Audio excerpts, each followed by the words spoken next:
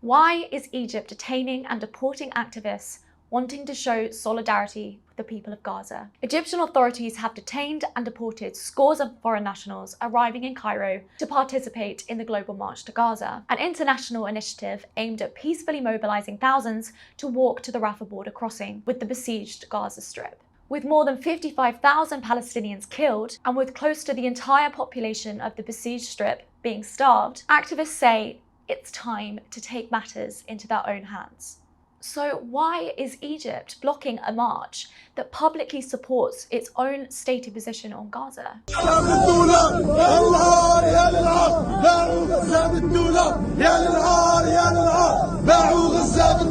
At least 40 Algerians were detained at Cairo airport upon arrival and held for 24 hours before being deported. More than 10 Moroccans were turned back at the airport. Several Turkish citizens were also detained from outside their Cairo hotel for holding Palestinian flags. Other nationals, including French and other European nationalities, have also been prevented from entering or detained without explanation. These detentions are specifically targeting participants in the Global March to Gaza, a symbolic act of solidarity involving over 4,000 people from 80 countries. Participants intended to travel from Cairo to Arish in North Sinai, then walk nearly 50 kilometers to Rafah, where they would camp near the crossing between the 15th and 19th of June. While there are restricted military zones near the Egyptian border, organisers have made it clear that they were not attempting forced entry into Gaza, no Egyptian nationals would join, and they would comply with all Egyptian laws and coordinate with authorities. While organisers had said they were speaking to Egyptian authorities and were hopeful,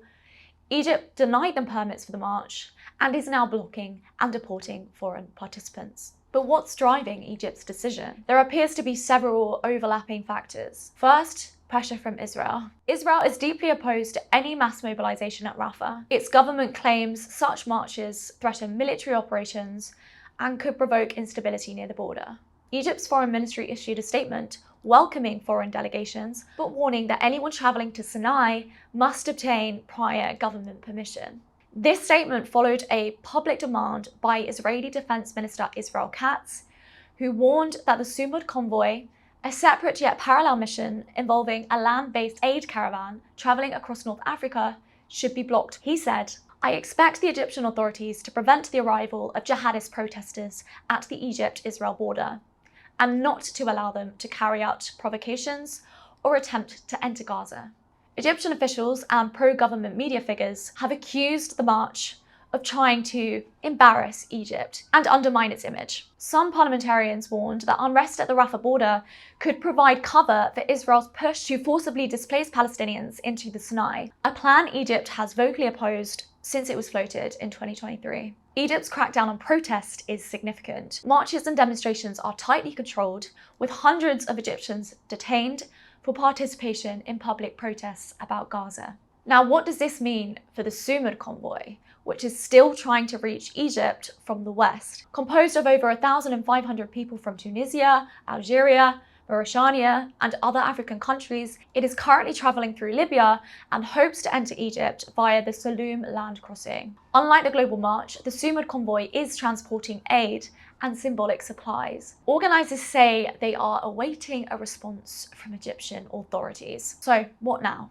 March organisers say they have no intention of violating Egyptian law and are awaiting clarity from officials. But with participants blocked at airports and no permits granted, the march, meant to draw attention to Gaza's humanitarian catastrophe, may be stopped before it begins, just like with the Freedom Flotilla. Meanwhile, Gaza remains under siege, with Israel controlling aid access and conditions worsening. Egypt insists Rafah is open, but almost no aid has passed through. For now, Egypt's crackdown on international solidarity efforts appear to reflect both external pressure and internal caution, at the expense of those trying to raise their voices for Gaza.